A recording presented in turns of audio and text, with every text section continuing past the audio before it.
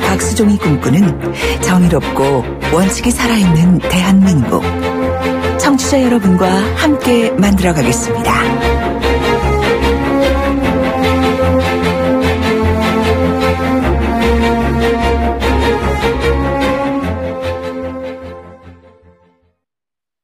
탈모 관리 현장 연결해봅니다. 최희 리포터.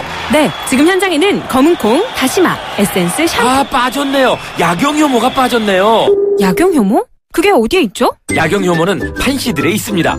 약용효모가 모근 깊이 작용하는 판시들. 탈모엔 시작부터 판시들. 동국제약. 믿음 직, 바람 직, 놀람 직, 전문 직, 서범 직. 그래서 매직. 매일매일 만나봄 직. 당신의 마음을 읽어 생활을 바꾸는 매직. SK가 만드는 생활의 매직. SK 매직. 열정과 광기의 현장을, 집시 여인의 깊은 울림을, 늦은 저녁 샹그리아의 향기를. 월화수목 금토일 스페인으로 떠나는 독보적인 비행. 대한항공 스페인 메이로나. Excellence in Flight, Korean Air. 에이스 고객 이보영. 침대의 상식을 말하다. 신혼침대는 좋은 거 사야지. 결혼한 친구한테 물어도 보고 후기까지 다 챙겨봐야 돼. 근데 보다 보면 어차피 침대는 에이스일걸? 침대는 가구가 아니다. 침대는 에이스다. 에이스 침대. 돌려보고 비틀어보는 오늘의 이슈. 이종훈의 뉴스 측면 승부. 핫 이슈 한 가지 돌려보고 삐틀어보는 남자, 시사계 측면 승부사 이종훈 박사 오셨습니다. 안녕하십니까? 네, 안녕하세요. 오늘은 또 어떤 이슈를? 퇴진하라. 예? 알겠습니다. 아니요, 곽 박사님 말씀드리는 게 아닙니다. 예. 갑자기 들킨 듯한 느낌이 들었어요. 그렇게 깜짝 놀라세요. 저보다 제가 예상했던 것보다 훨씬 많이 놀라시는데. 예, 네. 퇴진하겠습니다. 촛불 집회 때 많이 나온 구호잖아요. 예. 박근혜 아웃, 박근혜는 퇴진하라. 뭐 이런 얘기 많이 했었는데. 많이 했죠. 요즘은 일본에서. 이 구호가 아베 총리. 예. 주어만 바뀌었습니다. 예. 아베는 퇴진하라. 아베 아웃. 이게 지금 굉장히. 그게 한 2년 전에 나왔던 사학 스캔들하고 부동산 스캔들 같이 터진 겁니까, 이번에 또? 그러니까 그게 지금 같은 건인데요. 네. 그러니까 뭐냐면 아베 총리의 부인, 예. 아키에 여사가 예. 오사카의 그 한 사학재단이죠. 예. 모리토모 학원. 네. 이 학원이 국유지를 헐값으로 매입하는 과정에서 네. 부당한 영향력을 행사했다. 이게 이제 사학 스캔들인 거죠. 네. 최근에 불거지는 것도 이와 연관지어서 지금 이제 그 관련 문서들을 조작했다. 네. 뭐 이런 것이 지금 이제 추가로 불거진 건데요. 근데 이게 사실은 국유지를 싸도 좀 너무 싸게 샀어요. 얼마 주고 샀는데요? 그러니까 감정가가 우리 돈으로 한 93억 원 정도 되는데, 예, 13억 원. 예? 반에 반값 정도 되나요? 이거 지금 어떤 분하고 비슷한 다스 그 분하고도 비슷한 내용 같은데요. 좀 그렇게도 좀 생각이 되네요. 예. 그런데 하여튼 아베 총리는 그동안 자신은 관계없다. 예. 이렇게 이제 계속 이제 주장을 해왔는데, 예. 최근에 이제 재무성이 이 사학 스캔들하고 관련한 공문서를 네. 무려 14건이나 조작을 한 게 이제 드러난 거고요. 예. 그 이제 내용을 보면 이 아키에 여사와 관련된 내용들을 예. 다 삭제를 한 겁니다. 예. 그래서 지금 이게 이제 또 일파만파 상황이 그렇습니다. 예. 사과는 했습니까? 아베 총리가? 이번에는 사과를 내놨습니다. 예. 계속 이제 뭐 나는 관련 없다. 이렇게 예. 주장만 해 왔었는데 예. 이 참의원 예산위원회에 이제 출석을 해서 예. 행정 전체의 신뢰를 흔들 수 있다는 점에서 행정의 장으로서 책임을 통감한다. 그래서 국민 여러분에게 사죄드린다. 이런 애매한 표현을 썼어요. 네. 그러니까 자기가 이렇게 문제를 일으킨 게 아니고 예. 밑에 공무원들이 좀 문제를 일으켰는데 서류를 끝까지 안 가지고 있어갖고 다 없어지는 바람에 지금 불편하다, 죄송하다 이거 아닙니까? 어찌됐건 그래서 자기가 직접 책임은 없으나 예. 행정부 수장으로서 책임을 좀 통감한다. 이런 취지의 얘기예요. 약간 좀 이상한데요? 예. 예. 그러면서 또 여전히 이 조작 관련한 문건. 예. 조작되기 이전 문서를 보더라도 예. 본인이나 이 자신의 부인이 관여하지 않은 게 명백하다. 조작 전 문서에 안 봐도 뭐 명백하죠, 그러면. 조작 후에 문서가 문제죠. 아니, 그러니까 조작 전 문서에도 예. 그런 게 안 나온다라고 지금 본인은 계속 이렇게 또 주장을 하고 있어요. 그런데 예. 언론 보도 내용을 보면 예. 좀 다르거든요. 조작하기 전에 등장하거든요. 예. 그 아키의 여사가. 그러면 가만히 국민들이 계시면 안 되죠. 예. 퇴진하라고 그래서 나온 겁니까? 예. 그래서 이제 시위를 이제 하는 거고요. 예. 그런데 확실히 우리나라하고는 좀 다른 것 같아요. 그러니까 우리나라 같은 경우에는 뭐 촛불 집회로 막 와 이렇게 온 국민이 막 이렇게 거리로 나오고 이러는데 예. 일본은 규모가 확실히 적습니다. 한 몇 분 정도 나오셨나요? 수천 명 정도? 아. 예, 뭐 그런 정도인데 모르겠어요. 앞으로 이게 또 이제 더 늘어날 수도 있겠죠. 예, 그렇게는 봅니다만. 자, 일단 뭐 야당 쪽에서는 이거 좀 아키의 여사를 아예 국회로 불러야 되는 거 아니냐. 국회로 이제 증인으로 이제 소환해야 되는 거 아니냐라고 얘기를 했어요. 일본에서는 이걸 환문이라고 하더라고요. 그러니까 불러서 예. 질문을 하는 이런 거를 이제 하겠다. 예. 뭐 이렇게 이제 얘기를 했는데 얘기를 좀 하고 있는 상황인데요. 야당 쪽에서. 근데 지금 이제 그 문서를 조작했다. 삭제한 부분이 뭔가 하면 그 아키의 여사가 문제의 국유지를 보고 좋은 토지이니까 진행해 주세요라고 이 모리모토 학원 전 이사장이 발언한 내용. 네. 머리 실려 있었던 겁니다. 예. 예. 근데 그거를 싹 드러냈다는 거죠. 네. 그런 내용입니다. 예. 아베 총리 사퇴 기대하는 건 좀 너무 나간 거죠? 이번에도 버티지 않을까. 네, 일단은 그렇게 추정이 되고 있습니다. 예. 사실은 그동안에도 이 문서 조작 의혹이 여러 번 불거졌었거든요. 예. 이번에 벌써 4번째입니다. 그런데 뭐 계속 그랬죠. 특히 이제 사학 스캔들 처음 불거졌을 때. 네. 그때 지지율이 뭐 엄청 하락했잖아요. 예. 30%대가 붕괴돼 가지고 20%대 여론조사 결과도 막 나오고 그랬었거든요. 네. 보통 그 내각제 국가에서 30% 선이 붕괴되면 네. 총리가 이제 그만두지 않습니까? 예. 영국 같은 경우도 그렇고. 예. 일본에도 과거에 그랬어요. 예. 그런데 아베 총리는 그때도 버텼어요. 그래서 이번에도 보니까 이제 여론조사 그 결과가 지지율이 이제 30%대 밑으로 막 떨어지기 시작했거든요. 네. 그러니까 사학 스캔들 처음 불거졌을 때하고 비슷한 상황으로 가고 있는데 예. 과연 이번에는 어디까지 떨어질지도 궁금하지만 떨어진다고 해서 과연 그만둘까?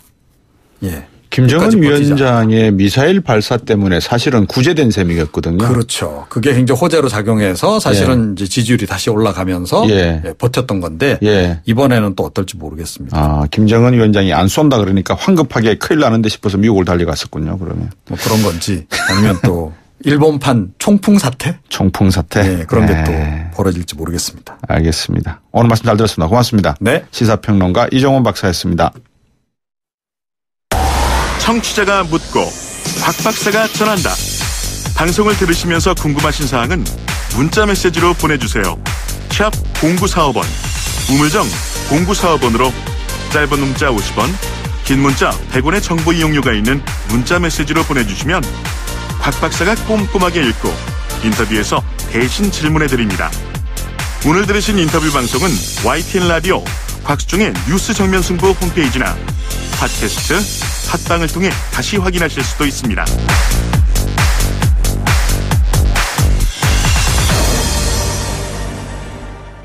일부에서 이정미 대표하고 인터뷰하는 동안에 청취자 여러분들이 문자를 보내주셨습니다. 8900번님 알바법도 좋지만 갑질법도 만들어야 될 것 같습니다 하셨고요. 3518번님 사용자는 고객 근로자 국가로부터 고통받고 있습니다. 어느 국회의원도 말하는 분들이 없는 것 같습니다. 심한 고객도 있습니다. 직원들의 친절을 갑질이란 걸로 매도해서는 안 된다고 봅니다 라고 하셨고요. 3496번님 콜센터에서 일하는 분들 자기 잘못 없는데도 욕먹는 거 많습니다. 좀 줄었으면 좋겠습니다. 3518번님 근로자를 사용자가 보호한다고요? 그럼 사용자는 누가 보호하죠? 라는 질문도 보내셨습니다. 자, 두 번째 인터뷰입니다. 안철수 전 대표는 바른미래당 인재영입위원장을 맡았답니다. 바른미래당 선거기획단의 이준석 위원은 청년에게 정치에 참여 기회를 늘리겠다며 약속을 하고 있습니다.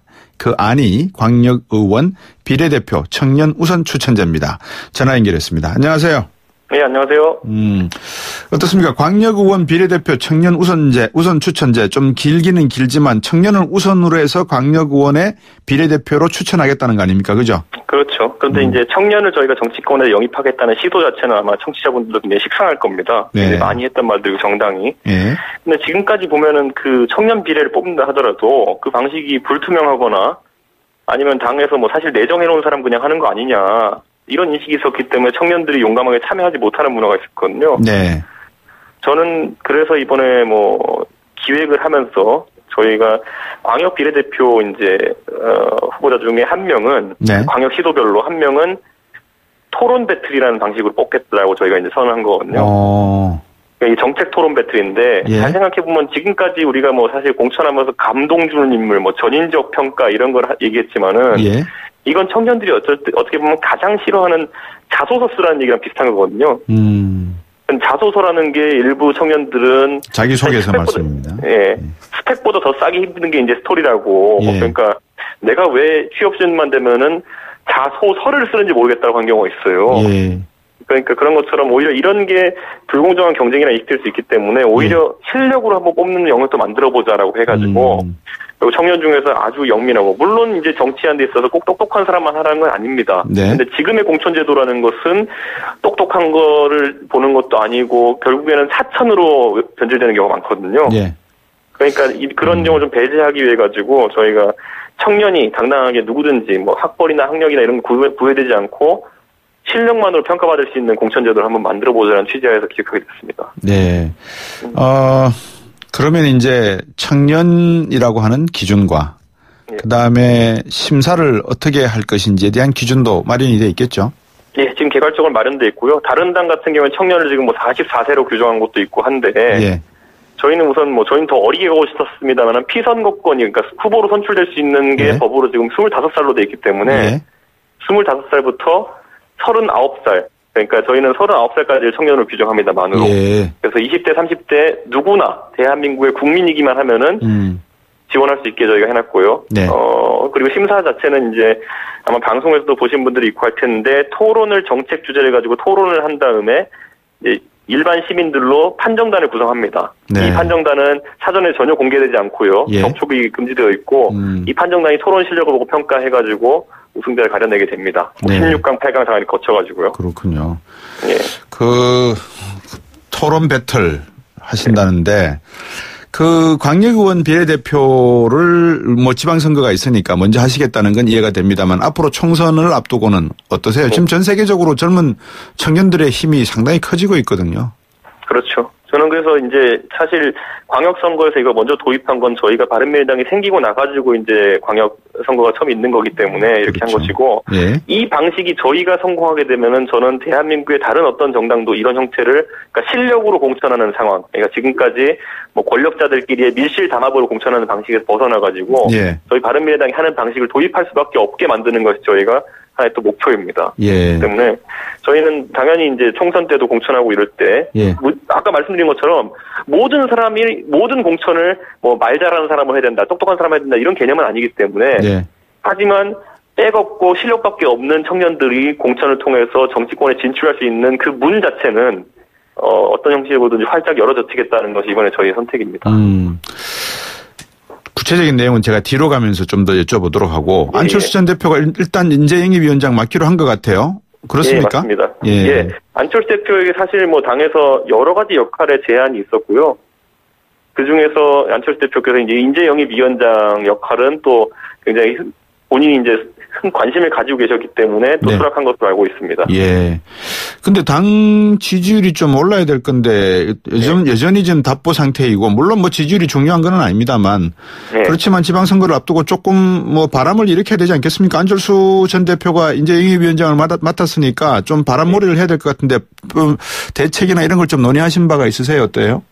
저는 뭐 안철수 대표께서 이제 사실 굉장한 이제 어려운 역할을 맡으신 겁니다. 왜냐하면 인재 영입이라는 거는 지금 네. 자유한국당도 보면은 처음에 홍준표 대표가 호기롭게 인재 영입하겠다 그랬다가 예. 오늘 결국 서병수 시장 같은 경우에 그냥 현역 공천하겠다고 한 거 아니겠습니까? 예. 그런 것처럼 인재 영입이라는 게 특히 지지율이 낮은 상황 속에서는 그 인재 영입 위원장 또는 당을 이끄는 대주주들의 신뢰도에 기반으로 해서 이제 그렇죠. 없는 것인데 예. 저는 안 대표께서 이제 뭐 기업을 하셨던 경험도 있고 하다 보니까 굉장히 이제 그 지금까지와는 다른 유형의 인재 영입을 하실 것이다라는 기대치를 어느 정도 갖고 있고요. 예. 이게 만약에 실패할 것이라고 예상되었다면 안 대표께서 아마 이걸 맞지 않았을 겁니다. 왜냐하면 인재 영입 위원장들이 지금까지 당에서 영입에 실패하고 굉장히 안 좋은 정책 평가를 받는 경우가 많았는데 네. 이번 같은 경우에 안 대표가 직접 맡겠다고 하신 거기 때문에 이거는 굉장히 이건 자신감이 있는 행보라고 이제 봐야 될 것 같습니다. 그렇군요. 나중에 결과를 봐야겠지만. 예. 네. 근데 안철수 대표는 서울시장 출마한답니까? 어떻습니까?